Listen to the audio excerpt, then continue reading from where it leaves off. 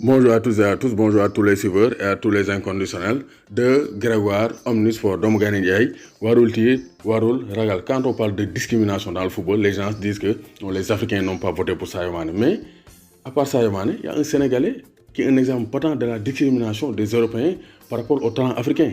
Européens considèrent le talent africain comme les autres talents européens, comme sud-américains.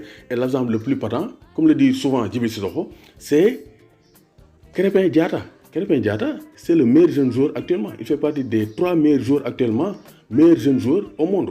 Krépin Diatta, bu ñu jëlee Rodrygo Goes du Real Madrid, Vinicius, Ansu Fati, donc ñoom la ñuy classé parmi les 10 premiers des Golden Boy qui sacrent le meilleur jeune joueur de l'année 2019. Krépin Diatta bokkul boolewuñ ko sax ci top 10 bi. Alors Krépin Diatta brille plus que ces jeunes joueurs.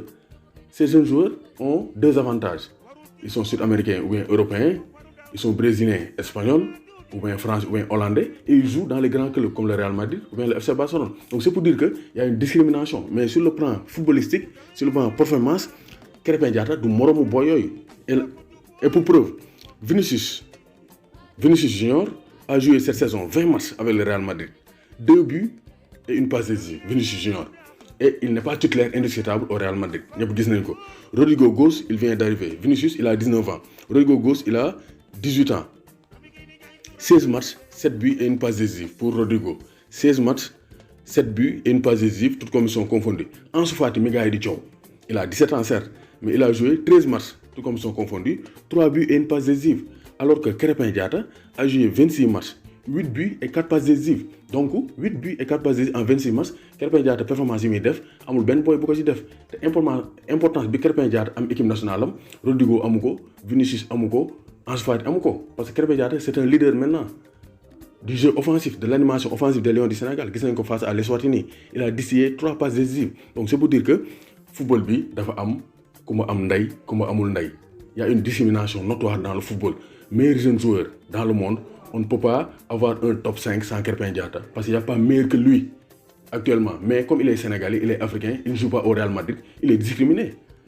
Parce que Krépin Diatta, 26 matchs, 8 buts et 4 passes décisives, on ne peut pas le mettre donc derrière Ansu Fati qui vient de démarrer sa carrière. 13 matchs, 3 buts et une passe décisive. Vinicius qui a joué 20 matchs cette saison, 2 buts et une passe décisive. Rodrygo Goes, 16 matchs, 7 buts et une passe décisive. Donc Krépin Diatta est bien meilleur que ces jeunes joueurs. Et on l'a vu durant la CAN. Il a été le meilleur jeune joueur de la CAN.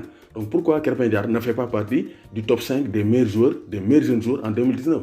Donc ça c'est pour dire que, hormis Sadio Mané, il y a une discrimination au niveau des Africains. Si on ne joue pas au Real Madrid, au FC Barcelone, on n'est pas européen ou bien sud-américain, on n'est pas considéré à la même enseigne que les autres joueurs. Et ça doit cesser, c'est pas normal. Parce que Krépin Diatta mérite une meilleure mise en évidence. Parce que c'est le meilleur jeune joueur actuellement. Moo mën Vinicius, moo mën Ansu Fati, moo mën Rodrygo, du seen morom sax.